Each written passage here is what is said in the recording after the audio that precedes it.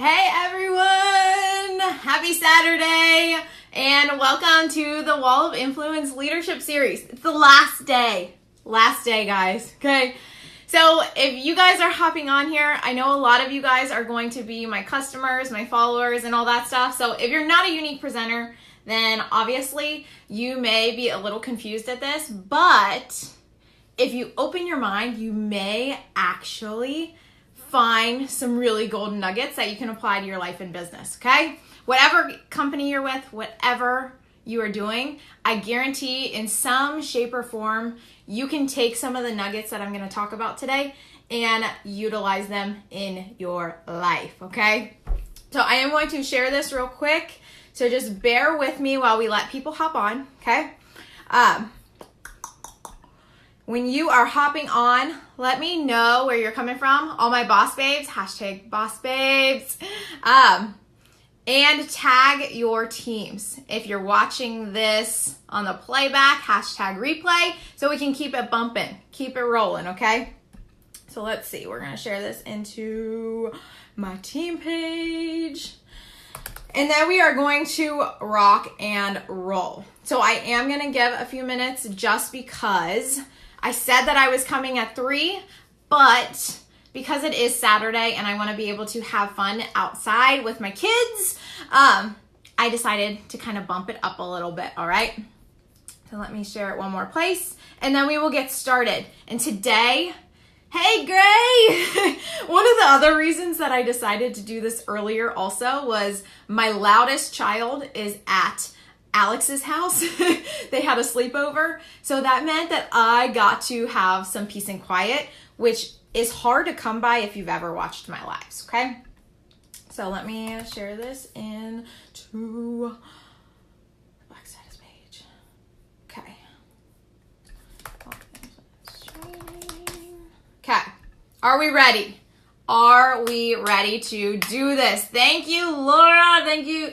Aloha, Julie. Oh, I miss Hawaii so much. Okay, so we were told to kind of keep this to like 20 to 30 minutes. And if you've ever followed my lives, you know that 20 to 30 minutes isn't really a Megan thing. It doesn't really happen. And I tend to go on tangents and I kind of get sidetracked. And then I start getting really passionate and like start talking about a bunch of stuff. So for those of you guys that do not know me, my name is Megan Dashley. I am a Wall of Influence presenter, Black Status Level 1.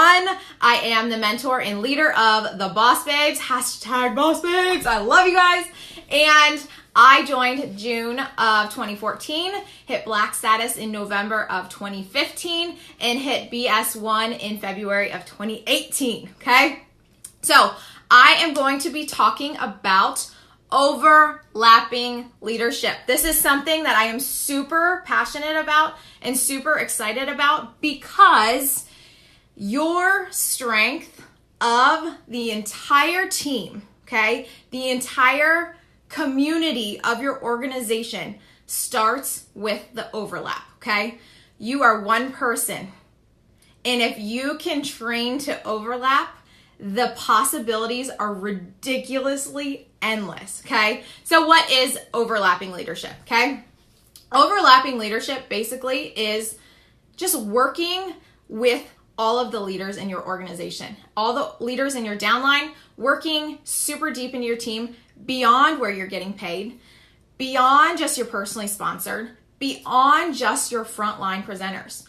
I want you to pretend like everyone in your downline is one of your front lines, okay? You are going to work with anyone and everyone, okay? So if you are with Unique, a lot of this stuff is going to make sense for you. If you are not with Unique, this may be a little bit outside of your realm, but we get paid on 3 gens, okay? 3 generations.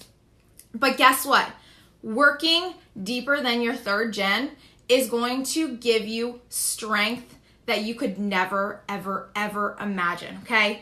And when you start doing the overlap and you start having this overlapping leadership, it's going to keep duplicating, okay? The strength and the muscle and the spirit of your organization and your team is going to get stronger tenfold, okay? So overlap is going to be working deeper than you're getting paid, working with all of your leaders, working as far down as you can possibly go. And I know that as one person, it's only possible for you to like work with a certain number of people.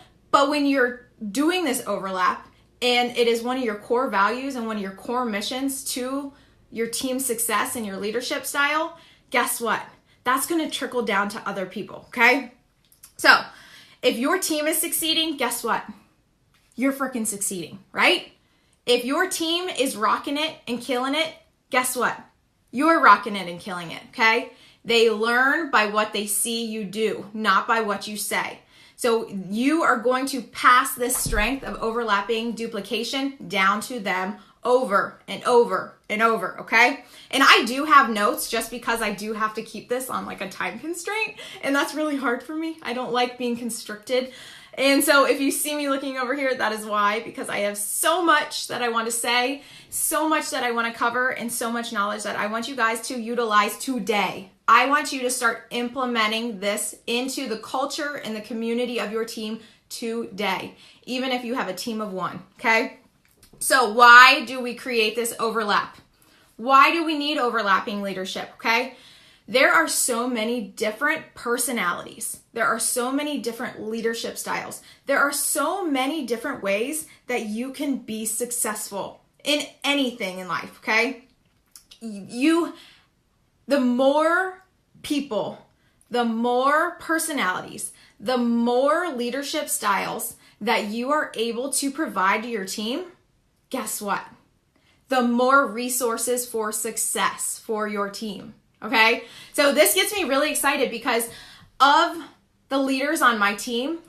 There are so many ways that we are all similar, but there are so many ways that we are so completely different, okay?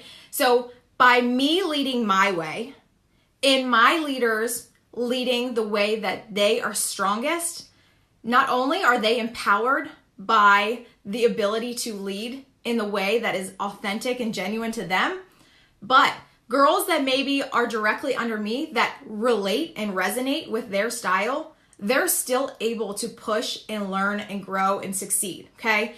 Someone may not connect with your leadership style, and I need you to listen to this real quick, okay? Let's bring it in. Lean on in, okay? Stop taking it personally if people don't agree with your leadership style, okay? It is not personal. There are so many different ways to lead. It has nothing to do with you. You're not going to be everyone's cup of tea. And that has to be okay, okay? But if you are cutting them off from all leadership styles and you're just trying to keep it to just your style, you're also going to kill their business, okay? Obviously, you can't kill someone else's business, right? If they want it, they'll go find it, right? But you have to provide all these resources. You have to give them these people that they may be able to connect with and they may be able to resonate with.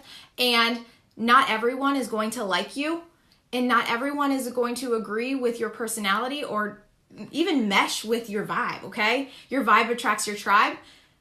You can still have people in your community that believe in the same values as you, but they have a different style. And the more styles that you can showcase to your team, the more success to go around, okay? By having this overlap, you are actually creating this breeding ground for success. There is plenty of success for everyone, okay? Everyone. But we have to show all the different ways, okay? So when I say check your ego at the door, you have to understand that it's almost like you're flipping burgers, okay?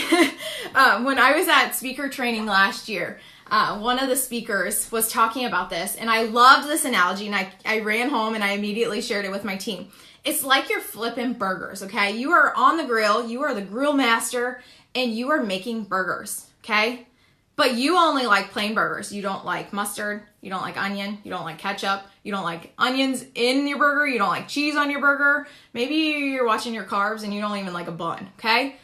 But just because that's the way you like your burger doesn't mean that someone else is gonna like their burger. They may want relish on their burger, or they may want like Gouda cheese or something crazy, okay?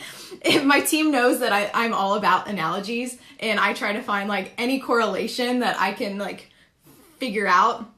Yeah, Kelly, maybe they like pico on their burger. Whatever, okay? Maybe they like jalapenos on their burger, or queso. Whatever it is, bacon. Maybe you like a Baconator. We all have different styles. We all have different preferences. We all have different things that we like. That doesn't make my burger better than your burger. It doesn't make your burger wrong and my burger right, okay? It just simply is a difference in style.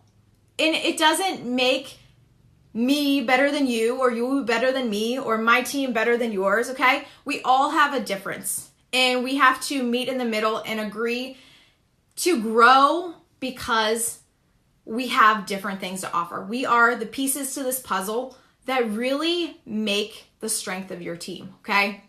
And so this is where the issue comes along. Peanut butter and barbecue sauce. I'm not a fan of that, but man, that's your burger. That's not my burger. I don't have to eat that burger. So that is totally your burger. And when it comes to leadership, that is your burger. And whatever your burger is, I want you to rock it like it's the best dang burger ever, okay? So you do you. You stick to your core values. You stick to your strengths. And you do what is right for you and your business. But you also don't cut off all those other ingredients that someone else may want on their burger, okay? People hopping on are probably like, what the heck is happening here? We're talking burgers. I thought we were talking leadership. But it is super, super true. And here's where things tend to get a little wonky, okay? Is people get possessive of their team. They don't want their leaders reaching out to their team. And here's where that is going to really, really hurt your business. Is you are now cutting off that bloodline. You are now cutting off that supply chain of resources and knowledge and inspiration. Guess what? If your team's not succeeding, you are not succeeding. And the only person to blame is you, because you only thought they were your people. They're not your people. When they join this business, they join for themselves. They become their own boss. No one else is their boss. You're not their boss. Your upline is not their boss, okay? They get to decide how they want to run their business, okay? And you cannot say, that is my team, you cannot reach out to them, because you're only hurting your business, guys. If there is someone in my downline that does not connect with my style of leadership, but I know that someone else does, why would I not want them to reach out to them? As a leader, that is making your life easier, because now you know that they are still being taken care of. They are still getting the resources that they need to succeed. They are still getting everything that they need to be the best version of themselves that they can be, even if it's not from me, okay? They are not my territory. And now, because of that, yes, this does really happen, Jessica.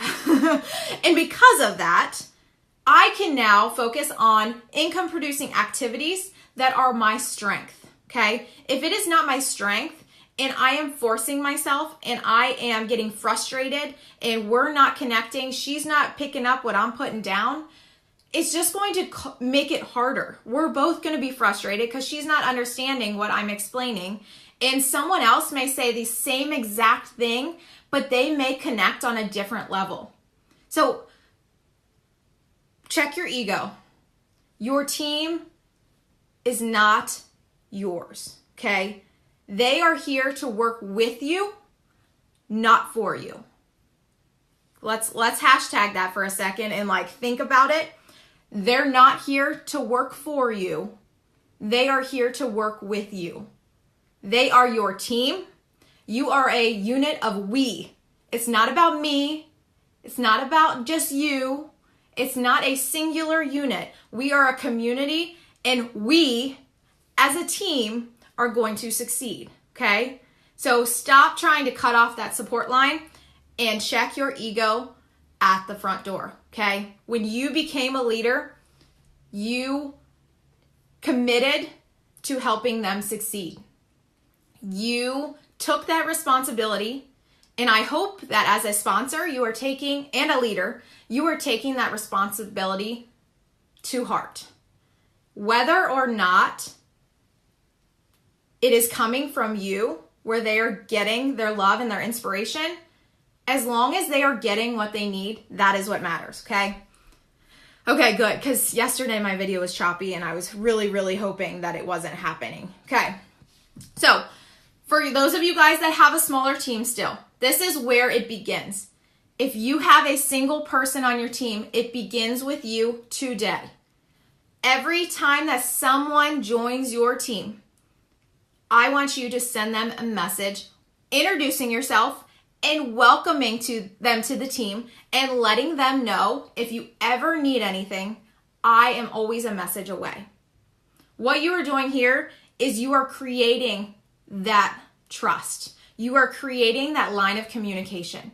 You are taking away that scary feeling where they feel like they are entirely alone, okay? You are taking that off of the table because a lot of people are afraid to ask for help. They don't want to ask you questions because they feel like they're interrupting you. They feel like you have a lot going on and that maybe they feel like their question is stupid, but they really just don't understand. You're taking that off the table for them and you're saying, hey girl, just wanted to reach out. My name is Megan. I'm one of your uplines. I just wanted to welcome you to the team and let you know that if you ever need anything, I am right here waiting for you, okay? So while you have a small team, start doing this. Even if it's just once a month, you go through your back office and you start reaching out to people, just introducing yourself. That is where the trust cycle begins. That is where you learn who meshes with your style, who needs what, who has what personality, and you're able to create this relationship for the strength and the community of the team. Now, this is the part that I get really excited about. It has to do with overlapping leadership, but it's more so the aftermath of the overlap, okay? So this is once you start creating this overlap and your teammates start doing this, okay? They see what you're doing.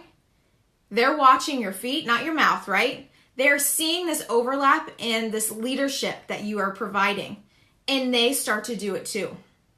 And then their teams start to do it. And then their teams start to do it. Do you see how the strength of the community starts with you? The strength of the community starts with you taking initiative and working with anyone and everyone on your team. Not just your first gen, not just your personally sponsored, not just your third gens, okay? You work beyond the third gen. I have 20,000 plus girls on my team. I've got 6 blacks within my first or third, and I have one particular leg that is 10 gens deep. You work with everyone. You work as deep as you possibly and physically can. And guess what? You know what? Sometimes you're only one person and you can't physically keep reaching out as much as you used to, but guess what? That duplication is what's happening, and you're creating a culture. And the culture of your team starts with you, okay? The culture, I have some quotes that I want to share from a book, which I'm also going to share with you guys.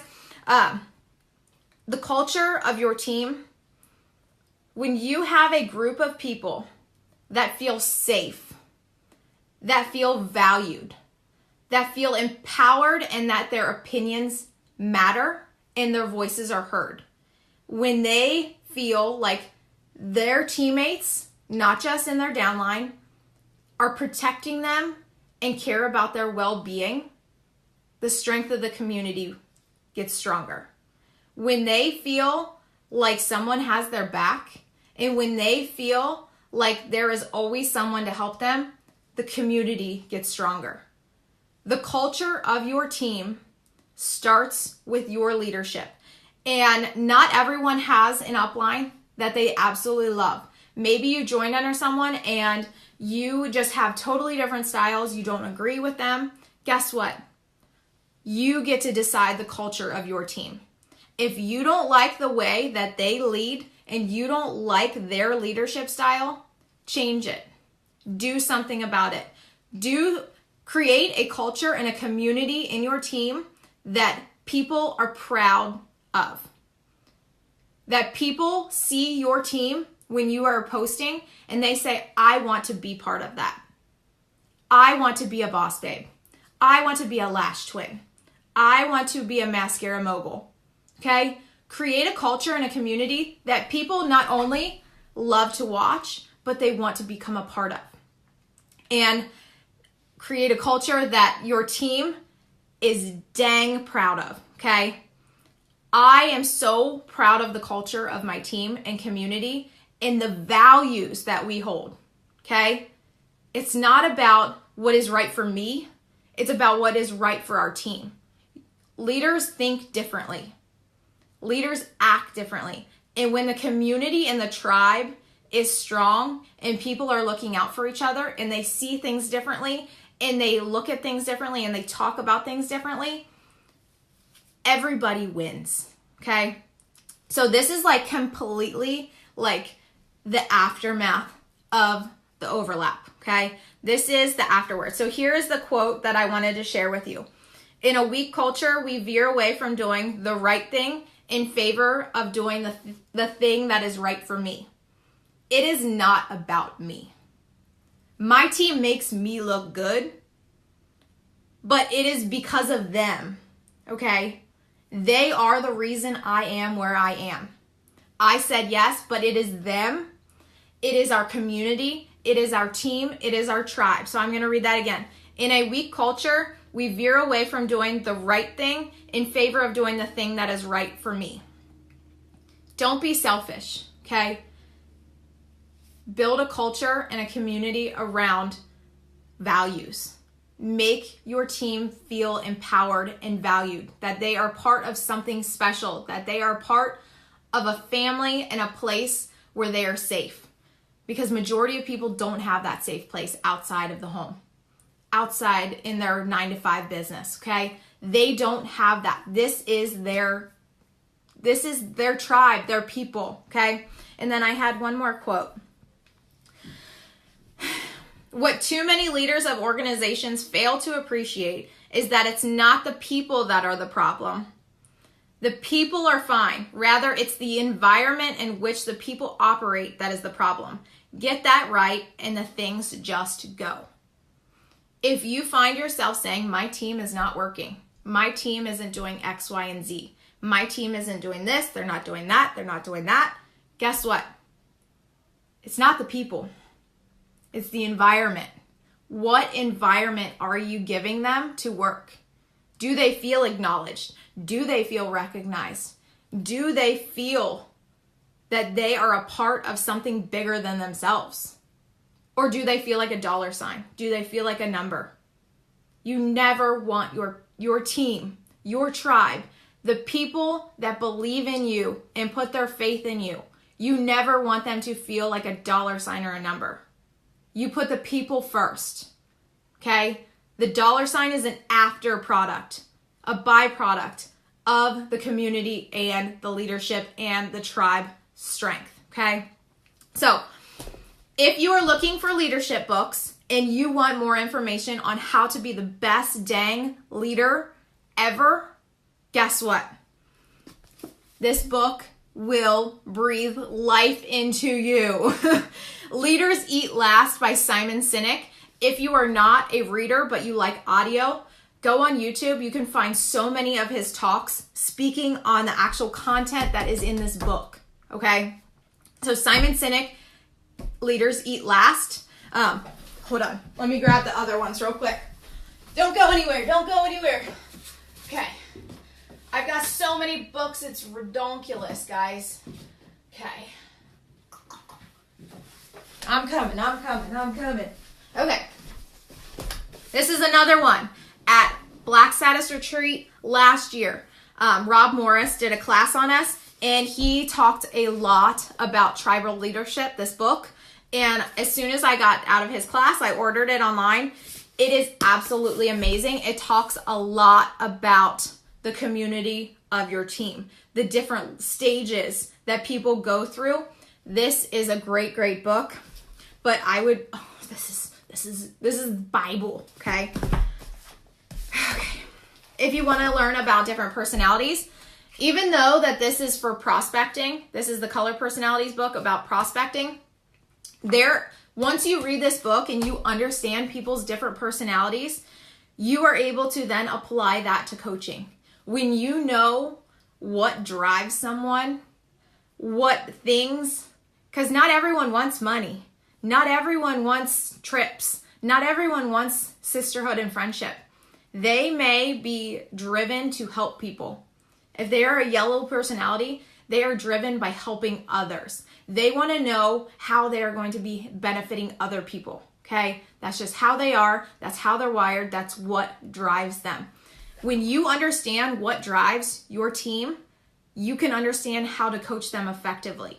You can know how to speak their love language and speak to their soul on a level that they can appreciate and they can understand.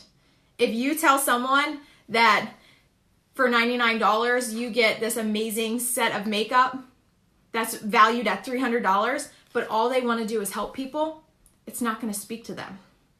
But if you tell them that every time someone orders from your website, they have the opportunity to round up their order and donate to the Unique Foundation for the Haven Retreat, which helps fund sexual abuse survivors to go to this amazing Haven Retreat where they can heal and they can learn how to cope.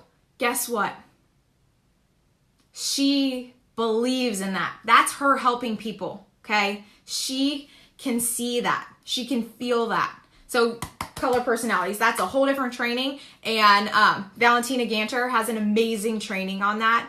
So bomb. Love it. Okay. And if you're like just starting out as a leader and you really want help on how to be the best dang leader that you can be, Big Al, okay? This is a great starting point. This was one of the first leadership, that came out really wrong. The first leadership books that I ever read. And it is a very simple read. And it is just going to be like mind explosions left and right, okay? So yes, Big Al, How to Build Network Marketing Leaders. And this is volume 1. There is a volume 2 too. But volume 1 is amazing. Grab yourself some highlighters because you're going to be highlighting left and right. But that is all I got for you guys today. Hopefully you learned something about leadership, the overlap, the impact of the overlap, why we overlap, and why it is not stepping on people's toes when you reach out to their team. It is making your life easier. It is making your team stronger, okay? If it is not your strength, focus on your strength and let other people focus on their strengths, okay? I love you guys. Happy Saturday. Happy month end. If you're pushing for Cancun, do not give up. You've got this. And I love you guys. Happy Waiboka, and I'll talk to you later.